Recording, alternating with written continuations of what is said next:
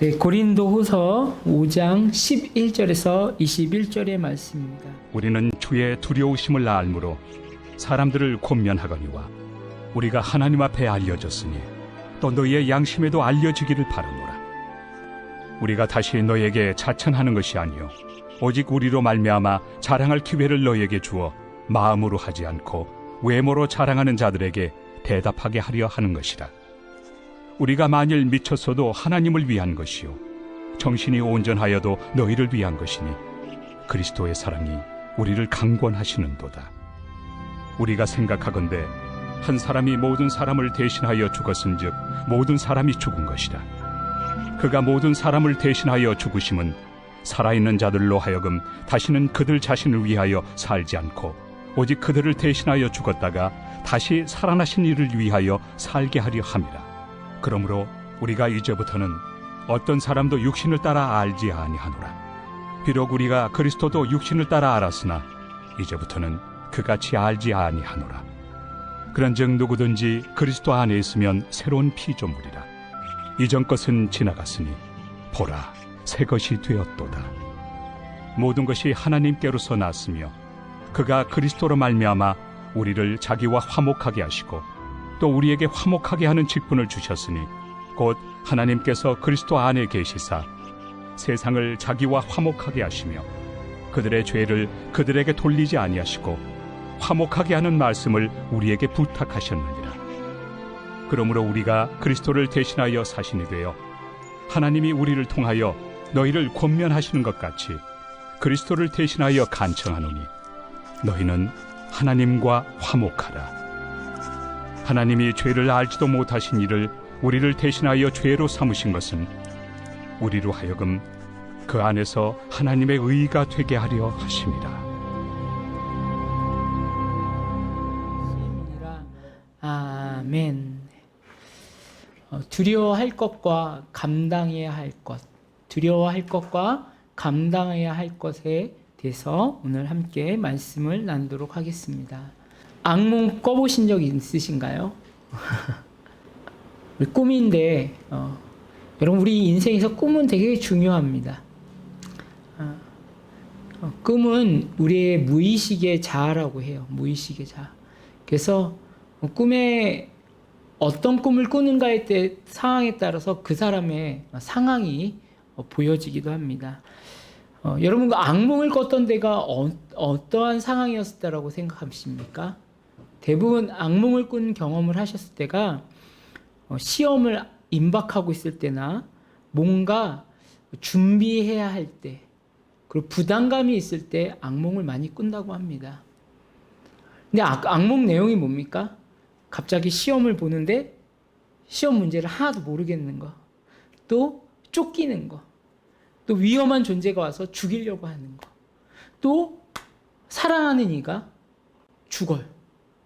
그래서 우리가 악몽을 꾸고 나서 마음이 되게 허전하고 두려움이 옵니다. 근데 여러분 그거 아시나요? 악몽을 꾸고요 감사할 줄 알아야 돼요. 아멘. 그렇죠? 악몽 같은 일이 뭐예요? 일어나지 않아서. 저도 사랑하는 사람이 꿈에서 죽었대요. 우리 아내는 아니고 부모님이었던 것 같아요. 그래서 막 펑펑 울었는데 깨보니까 꿈인 거예요. 그러면 다행이다. 사실 악몽을 다르게 생각해 보면 그래도 소망이 있는 겁니다. 그렇죠? 여러분 우리가 그래요. 우리가 방향을 잘 찾으면 절망 가운데서도 소망을 찾을 수 있는 거예요. 악몽은 꿨지만 악몽이 일어나지 않는 현실에 다시 한번 안도감을 찾을 수 있는 거예요.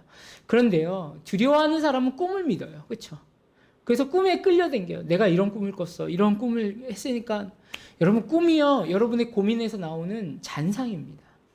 그래서 꿈을 신뢰하지 않습니다. 우리는 뭐예요? 하나님의 인도하심을 신뢰하는 거죠.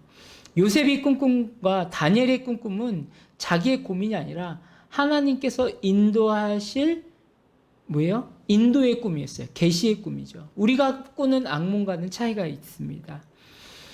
여러분 문제의 본질을 바로 보는 것이 정말 중요합니다. 이 문제를 바로 보지 않으면 어떻게 될까요? 여러분 이 이후의 상황이 어떻게 될까요? 분명한 표적에 대해서 우리가 맞춰야지 그 문제를 풀어나갈 수 있고 답을 찾을 수 있는데 눈을 가리고 감으로 느낌으로 그 문제를 찾아서 활로 쏜다고 생각을 해보십시오. 여러분 이후의 사태가 어떻게 될까요? 1번 문제는 절대 해결되지 않는다. 그렇죠? 표적을 절대 맞출 수 없다. 두 번째, 내 에너지가 소비된다. 그 내 감각 에너지가 소비되고요. 세 번째는 누가 다칠지 몰라요. 내 주변에 있는 사람이 뭐예요? 다칠 수 있다. 뭘 잘못 잡으면? 방향을 잘못 잡으면. 우리의 믿음도요, 방향을 잘못 잡으면 누군가를 해치는 것이 될 수도 있습니다.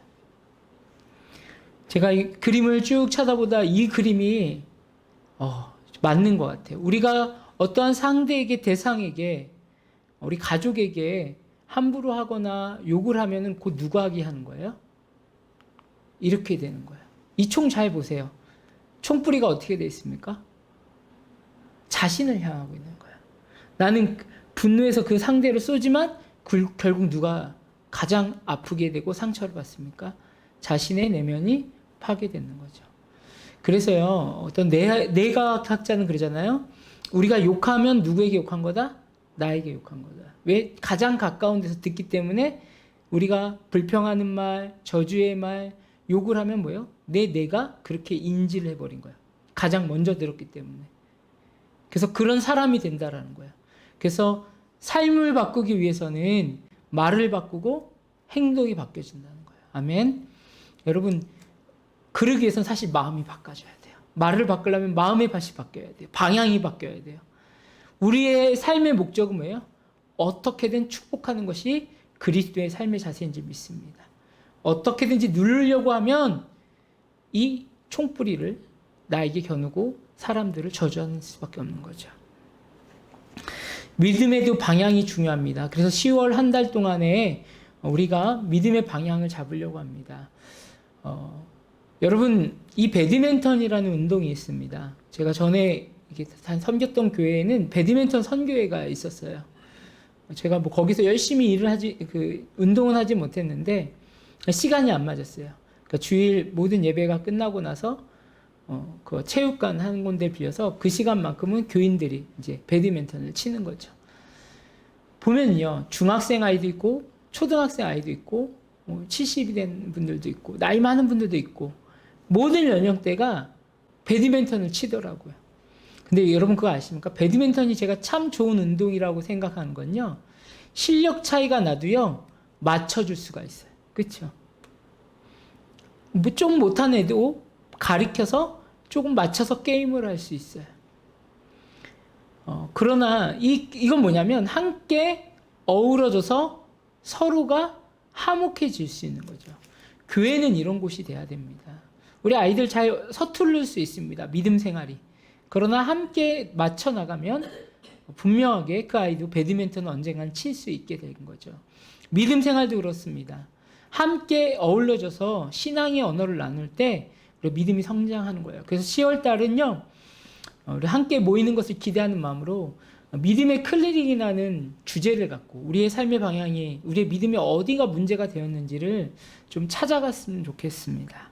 우리의 믿음의 방법론, 또 방향, 본질을 가르쳐준 선배가 있습니다. 바로 누구죠? 사도 바울입니다. 사도 바울이 왜 그런 것을 할 수 있었냐면 사도 바울도 믿음의 방향을 잘못 잡을 때가 있었습니다. 그는 유대교회 또 바리새인이었습니다. 그 종교에 빠져 있고요. 그 종교는 뭐냐면 나는 남들보다 우월하다. 나는 남들보다 하나님을 잘 섬긴다라는 그러한 신기루를 쫓아가는 종교였습니다. 충성되고 열심을 다했지만 사도 바울은 그것을 따라가지 못했습니다. 결국 예수님을 만나고 나서 사도 바울이 예수님을 만나고 나서 지식이 변화된 것이 아니라 존재가 변화됐습니다. 아는 것과 행동하는 것과 말하는 것에 변화를 경험합니다.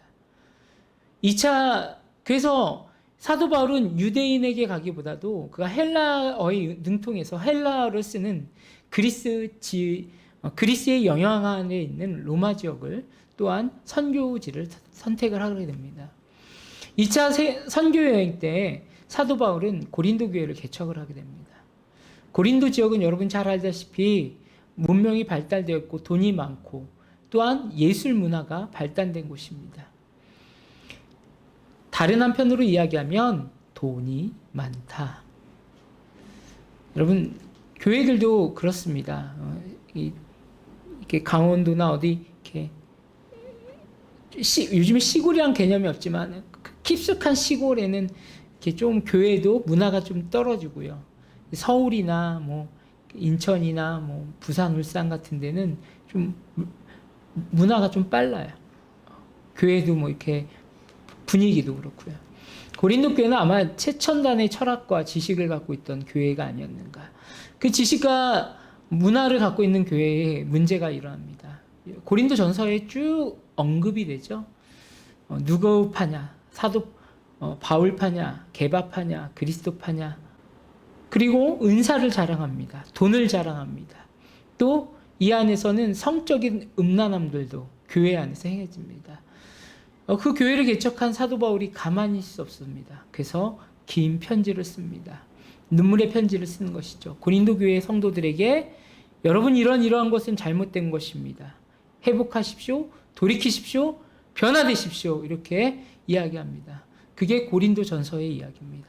여러분 아무리 개척한 사도라고 하고 목사라고 해도 그 교회의 잘못된 거 쭉 얘기하면 눈물로써 사람들이 깨달을까요?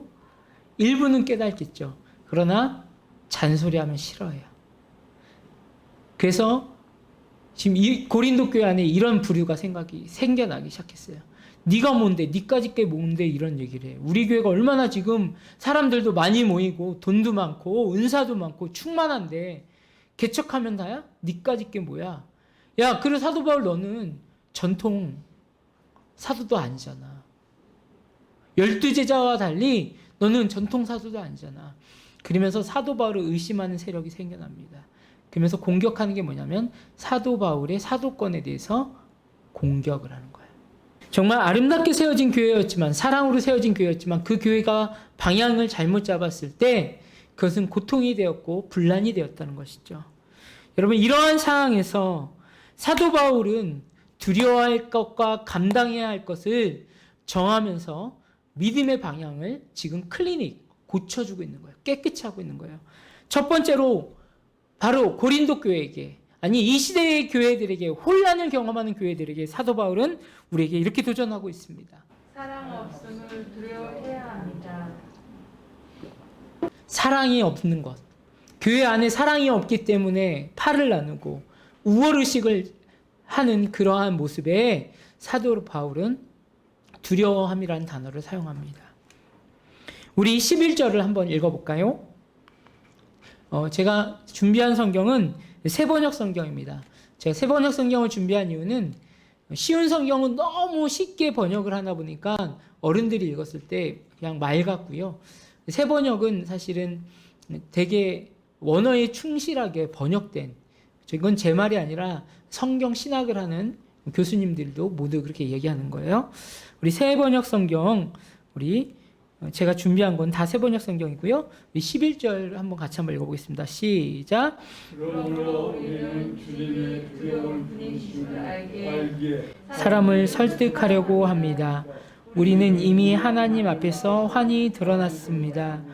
여러분의 양심도 우리가 환히 드러나기를 바랍니다. 이번 주에 묵상을 하신 분들 알지만 보배를 담는 질그릇에 대해 무엇을 담을까에 대해서 사도 바울은요 항상 이야기한 게 우리의 본심이 뭐냐, 본질이 뭐냐라는 질문들을 하고 가르칩니다.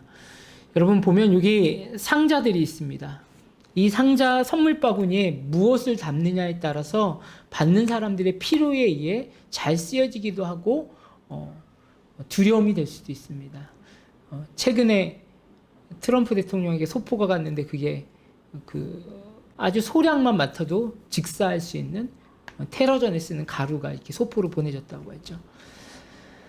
아무리 선물이지만 그 안에 뭐가 담겨 있는지에 따라서 받는 사람들의 기쁨의 정도가 다릅니다. 어떤 사람들은 비싼 백을 받아야지 든든한 백이 생기는 것 같고, 어떤 사람은 정말 내가 필요한 어떤 물질이 필요할 수도 있습니다. 먹는 것도 될 수도 있습니다. 아마 이번 추석 시즌에 선물을 했을 때 물건도 있지만 먹고 또한 즐길 수 있는 걸 많이 나누셨기도 했을 것 같아요. 제가 볼 때 그만큼 우리에게는 필요하다는 거죠. 근데 사도 바울은 주님이 두려우신 분임을 알기에 사도 바울의 지식, 진짜 암, 내가 이렇게 살아가는 이유 뭐예요? 주님이 두려운 분임을 알기에.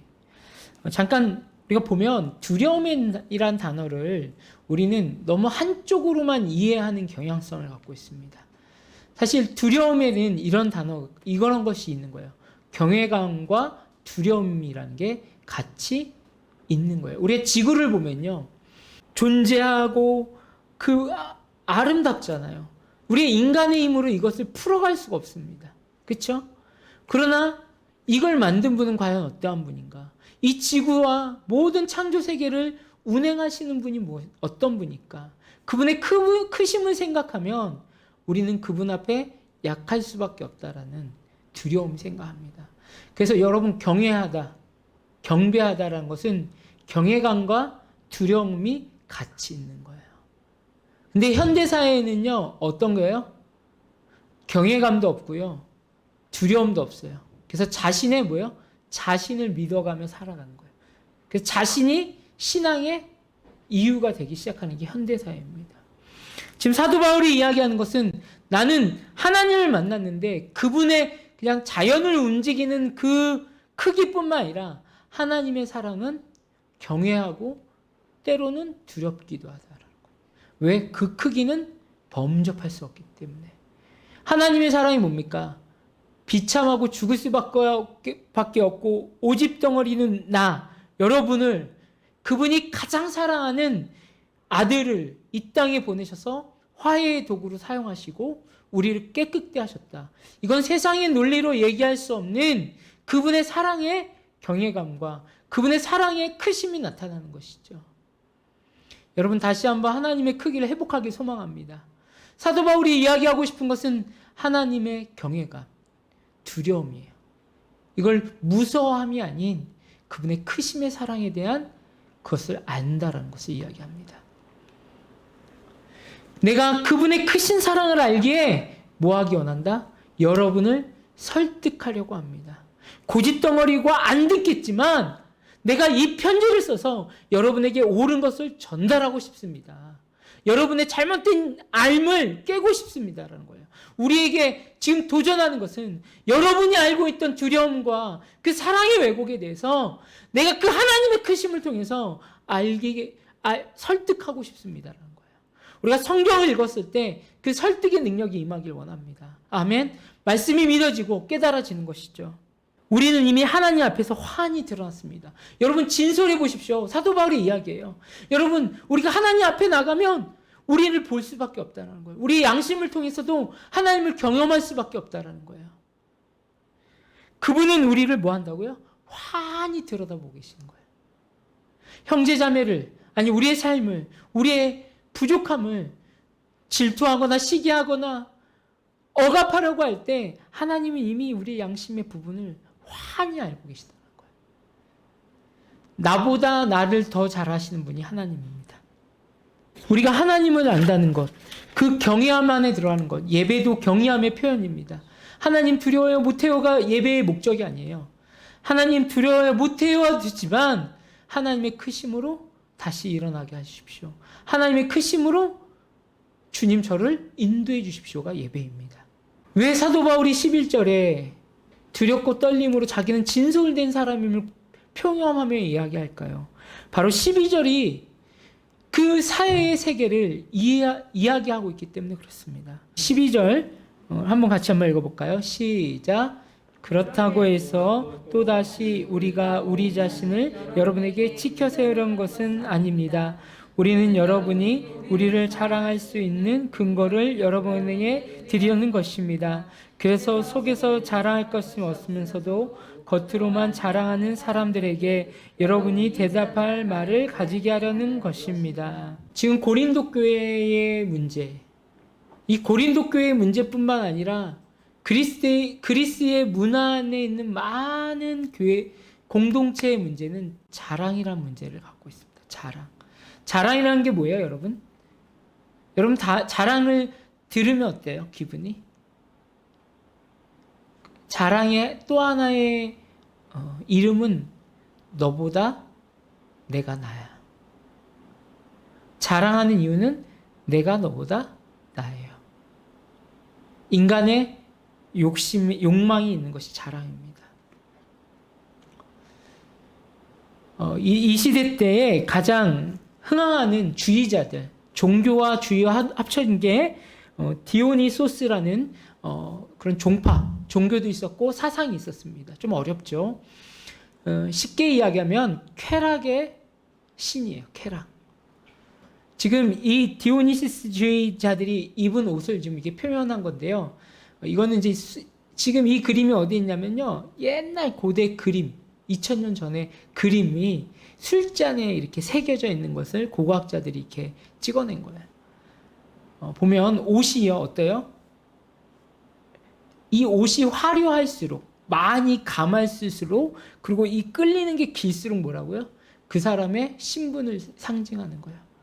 화려한 옷, 사도 바울이 많이 이야기하죠. 치장하는 옷. 결국 이 디오니시스의 어떤 사상들이 그리스에 퍼져 있어서 남들보다 화려하고 좋은 옷을 입으면 그 사람의 신분을 상징했던 거예요. 또 하나는 여러분 참 이 그림이 많은 것을 담고 있는데요. 이 사람 손에 이렇게 들고 있는 게 뭔지 아십니까? 잔이죠. 그렇죠? 잔. 술잔입니다. 술잔입니다. 술잔. 그러니까 이 사상 종교는요. 화려한 옷을 입고 파티를 하고 술을 먹어서 술이 자신들에게 황홀경을 줄 수 있는 강력한 도구라고 믿었어요. 그러니까 술을 먹는 거 그냥 우리가 볼 때는 음식을 먹는구나가 아니라 이들은 취하기 위해서 그냥 취하는 걸로 끝난 게 아니라 그 술이 우리의 뇌를 마비시켜서 그 취함의 끝을 괴성을 지르고 막 춤을 추고 쾌락의 끝을 닿는 것이 뭐냐면 신이 준 축복이라고 믿었던 거예요. 여러분 이런 사회가 어떻게 됐을까요? 어떤 역사자는 뭐라고 하냐면 로마가 망한 건요. 결혼하지 아니하고 아기를 안 낳아서 망한 거예요. 군인의 숫자가 30년만 아기 안 낳으면요. 그 나라 망해요. 인류가 이야기하는 거예요. 그 1000년의 팍스 로마를 꿈꿨던 로마도 50년, 30년 사이에 망하게 된 건 뭐냐면 이 쾌락의 신들이 통치하기 시작하는 거예요. 그냥 내 생애의 만족이 끝인 거예요. 내 자랑하면 되는 거예요. 그 배경 안에서 그 속에는 자랑할 것이 없으면서 겉으로는 뭐래요? 자랑하는 사람들, 술 취해서 떵떵거리는 사람들. 이런 문화 안에서 그리스도인이 되게 하기 위한 것은 뭐냐면 여러분이 대답할 말을 가지게 하라는 것입니다. 그 안에 예수 그리스도가 있어서 세상의 자랑에 빠지는 것이 아니라 정말 인생의 의미를 느끼며 살아갈 수 있도록 돕기 위해서 지금 편지한다라는 것입니다. 그러나 이렇게 살아가는 경건하고 하나님의 뜻대로 살아가는 그리스도의 십자가를 따라가는 사람들에게 평가합니다. 세상은. 우리 13절과 14절 한번 읽어볼까요? 우리가 미쳤다고 하면 하나님께 미친 것이요 정신이 온전하다고 하면 여러분을 두고 온전한 것입니다. 그리스도의 사랑이 우리를 휘어잡습니다. 우리가 확신하기로는 한 사람이 모든 사람을 위하여 죽으셨으니 모든 사람이 죽이는 셈입니다. 지금 바울이 이렇게 살아가는 것이 뭐냐면 많은 사람들이 뭐라고 얘기했을까요? 저 미친놈. 야, 저 국회의원 정도의 명성을 얻었고 공부도 유학까지 한 놈이 똑똑한 놈이 예수교라는 거에 빠져서 다 버리고 맞고 옥에 갇히고 오해당해도 그 일을 하고 있는 바울을 보면서 미친놈, 미쳤다 이렇게 얘기하는 거예요. 뿐만 아니라 세상에 그렇게 술과 쾌락이 있는데요. 로마 시대 때 목욕탕과 음식과 그런 술 파티가 늘 벌어졌대요. 늘. 저도 여기 저녁에 보면은 이 코로나를 우리가 좀 두려워하잖아요. 서로 지키잖아요. 솔직히 제가 괴리감을 느끼는 건 9시만 돼서 여기 보면은 술 먹는 분들이 빽빽해요. 그게 뭐 잘못됐다는 것보다 그냥 이성을 버리는 거죠. 이성을. 이 바울을 봤을 때 미쳤다. 지금 그리스도인들을 욕 먹습니다. 왜요? 그들에게 가져야 했던 그리스도의 향기와 편지로서 스토리를 믿음의 이야기가 쓰여지지 않으니까 세상으로 이기적인 그리스도인들하고 평가를 받는 것이죠. 근데요, 우리가 붙잡아야 할 것은 미쳤다 이야기 들어도 예수 그리스도의 생명이 있어야 돼요.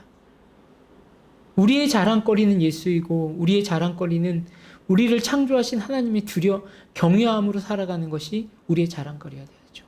그러나 세상의 이야기처럼 그 끌리면서 지저분한 그 옷을 자랑거리가 되게 되고 사치를 부린 것이 자랑이 됐던 그런 시대가 아니라는 거죠. 사도 바울 뭐라고 얘기합니까? 우리가 미친 것은 미쳤다고 하면 하나님께 미친 것이요. 우리가 예수쟁이들은 뭐 해야 된다? 미쳐야 된다. 이게 이제 단순한 미침이 아니라 예수님 때문에 사는 거예요. 왜 남들이 안 알아주는 거 왜 하냐? 예수님 때문에 하는 거예요. 번거로운 거 왜 하냐? 내가 예수님을 경험했기 때문에. 나 같은 사람은 어떻게 예수님이 만나주셨는지요. 그렇게 움직이는 건 사도 바울은 분노로 복음 전하지 않았어요. 그리스도의 사랑이 우리를 뭐였다? 휘잡았습니다. 그 감동이 있는 거예요. 이 영상을 보고 이 예배를 드린 모든 우리 성도 여러분에게는 그 감동이 있기 원합니다. 그것 때문에 하는 거예요. 평가는 원래 미친놈이라는 얘기 듣는 거예요. 돈도 안 되잖아. 왜 그렇게 해? 우린 미쳤잖아요. 세상에 봤을 때 방탕한 사람들에게 미친 사람이지만 우린 그리스도 안에선 진정한 자유자인 거죠. 이번 주 금요일 날 좀 마감을 하고요. 알바생에게 좀 맡기고 처형 집을 잠깐 다녀왔습니다. 우리 조카가 있는데요. 되게 인사만 하고 자기 방으로 휙 들어가고 좀 까칠한 애예요. 근데 나쁜 아이는 아닌 것 같아요. 근데 아이가 그 처형네 집에 거실에다 이제 컴퓨터를 두거든요. 그러니까 명절이니까 또 이모하고 이모부가 오니까 이제 엄마의 간섭을 조금 벗어날 수 있으니까 그때부터 이제 오락을 하는 거예요. 아이가 리그 오브 레전드라는 오락을 이제 하는데요. 저희가 거기 한 3시간 조금 넘게 3시간 정도 있었던 걸로 기억이 났는데 이 아이가 밥 먹고 딱 시작을 했는데 3시간 동안 눈이 반짝반짝반짝거리면서 오락을 하는 거야. 나는 이 아이가 세상을 지키는 줄 알았어요. 그 헤드폰 딱 끼고서 막 말해가면서 제가 그런 생각이 들었어요. 와, 저 집중력이면 저 에너지를 갖고 있으면 뭘 해도 될 텐데. 정말 저도 그런 것 같아요. 뭐 설교를 준비하거나 뭐 하면 집중력과 에너지가 있으면 뭔가 더디가도 찾아갈 수 있는 것 같아요. 힘이 있는 것 같아요. 근데 우리 그 아이를 보면서 야, 지금 오락하는 저 몇 시간에 저 집중력이면 쟤 분명히 영어책 한 권에 외울 수 있겠다. 막 그런 생각이 들더라고요. 보면서 저한테 한번 이렇게 생각을 해봤어요. 왜 우리가 사도 바울 같지 않을까? 비교하라는 게 아니에요. 우리가 집중력과 에너지를 너무 많은 곳에 분산시켜 버렸다는 거예요. 우리가 그리스도의 사랑과 그분의 능력에 집중한 것이 아니라 그냥 너무 많은 문제에 에너지를 뿌리고 다닌 거예요. 그거에 몰두하고 고민하고 아파하고 우리의 신분을 잃어버린 거. 그래서 사도 바울이 이야기하는 거예요. 사랑 없음을, 그리스도의 사랑 없음을 두려워하시라고. 여러분에게 그리스도의 사랑이 있기를 소망합니다. 우리는 하나님의 그 사랑을 누리면서 사는 거예요. 이건 끙끙대면서 지키라는 게 아니라 우리 이 아이가 행복하게 오락했던 것처럼 누려야 합니다. 누리지 않으면요, 감옥이에요. 그래서 이렇게 이야기합니다. 두 번째로. 하해의 삶을 감당해야 합니다. 우리가 살아가는 이유. 우리가 살아갈 때 무엇을 기준을 갖고 살아가느냐. 복음의 사람들과 세상의 사람들은 다릅니다. 우리 16절을 한번 읽어보겠습니다. 시작. 그러므로 이제부터 우리는 아무도 육신의 잣대를 알려고 하지 않습니다. 전에는 우리가 육신의 잣대로 그리스도를 알았지만 이제는 그렇지 않습니다. 여러분, 육신의 잣대가 뭡니까? 첫 번째, 나에게 자랑이 되는가? 내가 원하는 것을 얻을 수 있는가? 내가 그들과 함께 있을 때 소외되지 않을 것인가? 결국 내 위치를 지키기 위한 것, 내 욕심을 채우는 것이 욕심의 잣대입니다. 바울도 예수님을 몰랐던 게 아닙니다. 바울도 예수님이란 사람을 알았지만 그는 뭐예요? 육신의 잣대로 알았을 때는 예수는 쓸데없는 인간이다. 그러나 육신의 잣대는 그렇다는 거예요. 여러분, 그림을 보면 아시겠지만 내가 중심이 돼서 다 판단하게 되면 우리는 세상에 살아야 할 이유가 없습니다. 내가 중심돼서 내가 느끼고 만족하는 것, 육신의 잣대. 그리스도인이라고 하지만 내가 육신의 잣대로 있으면 그 사람은 그리스도를 누리지 않습니다. 그리스도를 뭐예요? 교회를 도구로 생각합니다. 여러분, 아직도 그러고 계시지 않은지? 저도 이거는요, 매일 점검해야 합니다. 내가 육신의 잣대로 나를 보고 있는지, 영의 잣대인 사랑의 잣대로 내가 살아가고 있는지. 우리 17절을 한번, 너무나도 중요한 말이죠. 우리가 쭉 왔던 말씀을 집중해서 묵상해 보면 이 말씀에 이야기하는 바울의 마음이 전해질 것입니다. 한번 읽어볼까요? 누구든지 그리스도 안에 있으면 그는 새로운 피조물입니다. 이전 것은 지나갔으니 보라, 새 것이 되었습니다. 네. 누구든지 그리스도 안에 있으면 그는 새로운 피조물입니다. 그 마음에 옛 것이, 육신의 것이 자리 잡는 것이 아니라 새로운 것이 자리 잡게 되는 것이죠.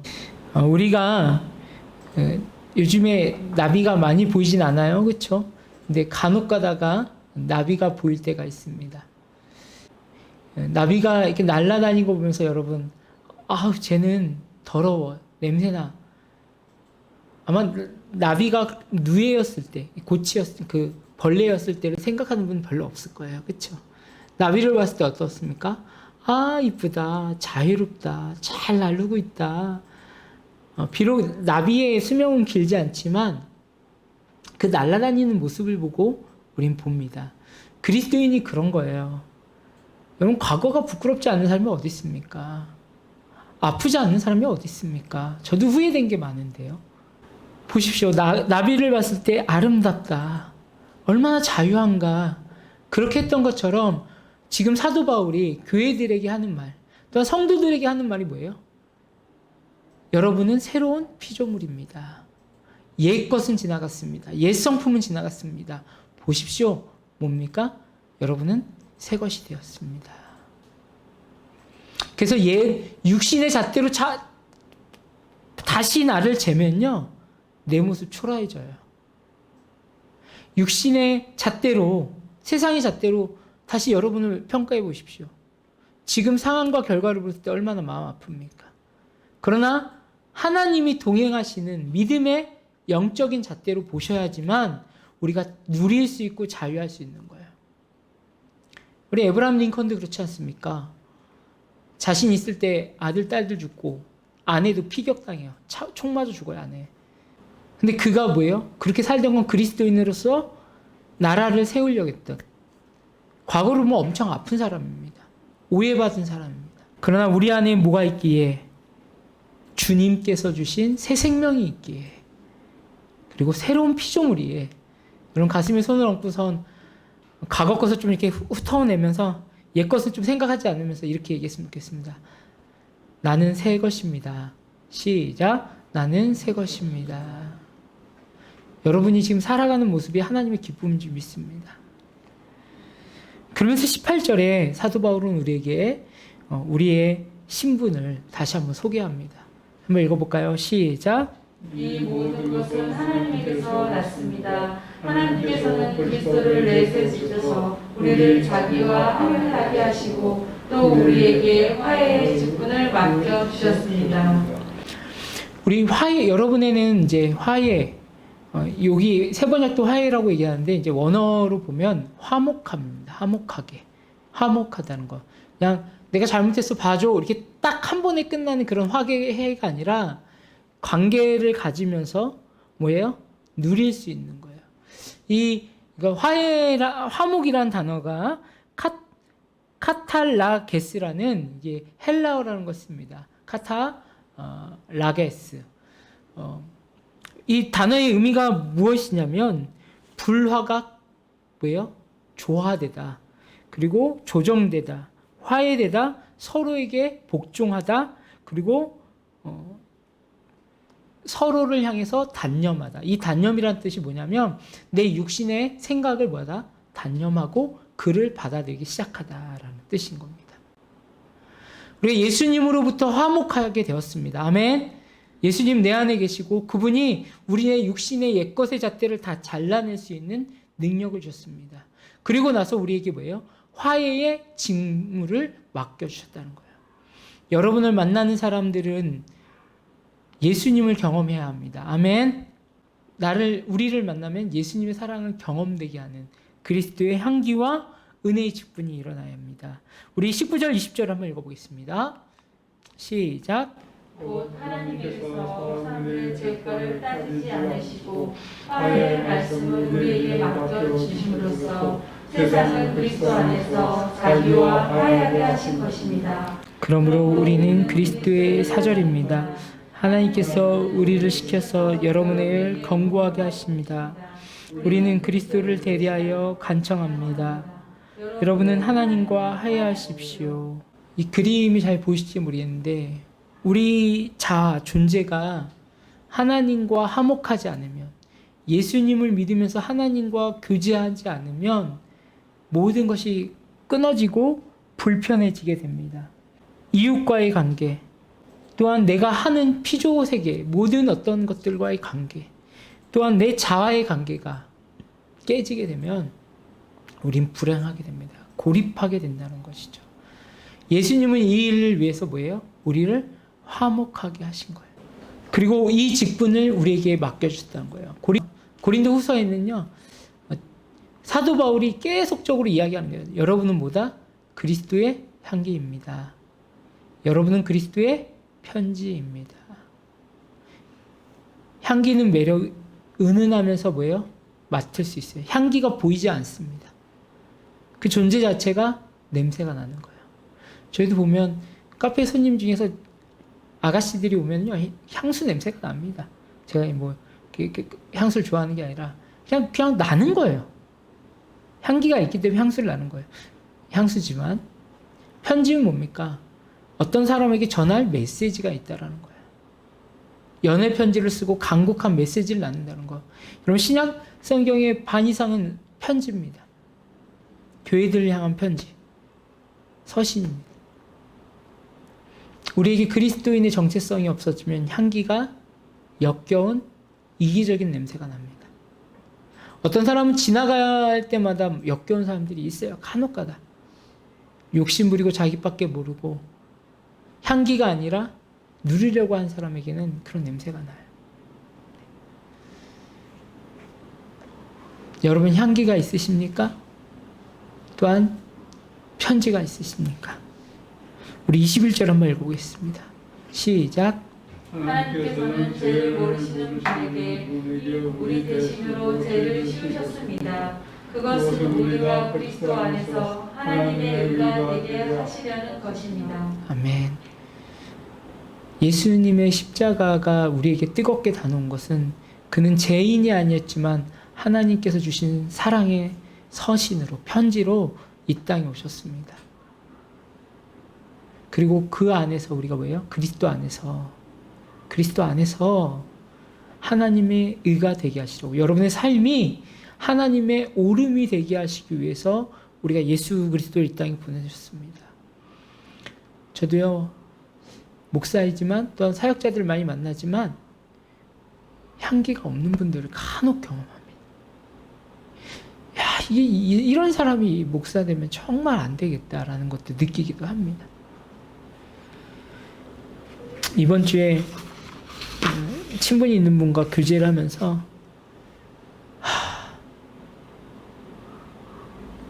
내용은 얘기하지 않겠어요. 야, 저런 목사 만나면 그분이 얘기더라고요. 너무 역겨워서 전화통화를 하기가 너무 힘들었다고. 근데 왜 그렇게 됐을까요? 그리스도 안에 있는 그 하나님의 의가 없어지고 욕심 덩어리고 이기적으로 돼버렸을까요? 바로 이렇게 됐기 때문에 그렇습니다. 방향을 잃었기 때문에 그렇습니다. 무엇을 해야 하는지 모르는 거예요. 그러니까 주변 사람들을 죽이는 거예요. 이것으로 끝나지 않고 뭐예요? 우리의 영적인 모습이 죽어가고 있는 거죠. 사랑하는 스토리 가족 여러분은 방향을 잘 찾길 소망합니다. 우리의 방향은 예수 그리스도입니다. 그 의가 세상의 자랑이 아닌 영적인 향기가 나고 믿음의 표현이 될 때 진정한 평화, 여러분에게 그 향기 가득하기를 소망하며 예수님의 이름을 축원합니다. 아멘. 하나님, 우리가 있는 곳이 우리의 방향을 다시금 성령님 조명하여 주시고 우리가 예수 그리스도 안에 있는 생명의 성령의 법을 따라 살게 하여 주시옵소서. 우리의 문제에 집중하며 감정에 집중하며 분노에 집중하지 아니하게 하시고 우리의 발걸음과 우리의 삶이 그리스도인하여 향기 내며 메시지를 나눌 수 있도록 인도하여 주시옵소서. 지금은 우리의 죄를 용서하신 예수 그리스도의 구속의 은혜와 하나님 아버지의 직하신 사랑하심과 성령님의 교제 교통하심이 지금 함께 고개 숙여 있는 우리 형제 자매들과 이들의 가족들과 이들을 통해 이루어지는 모든 만남 가운데 있기를 주님의 이름으로 축원하옵나이다. 아멘.